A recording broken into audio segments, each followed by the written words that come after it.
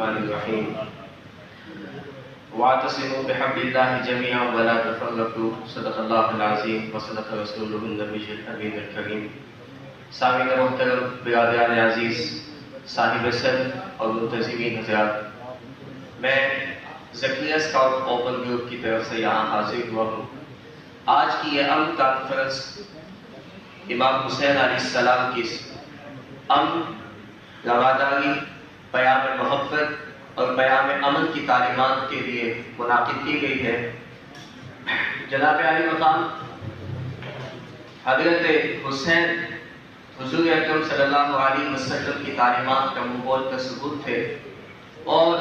میرے نبی کریم صلی اللہ علیہ وسلم نے جو دین پھیلایا، عوام کے اندر لوگوں کو بت پرستی، شرک و بدعت کی وادیوں سے نکال کر امن، اخوت، رواداری اور بھائی چارے کی طرف لے کر کے آئے، اس کا سب سے بڑا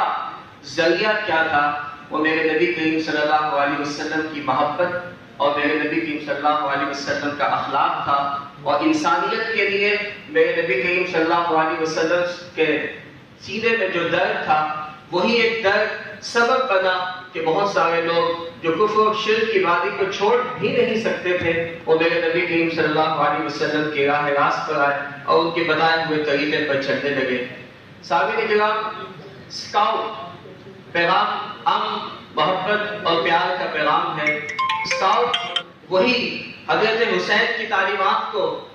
عملی نمونے کے تحت دنیا کے کونے کونے میں جا کر حضرت حسین کی تعلیمات کو پھیلاتا ہے۔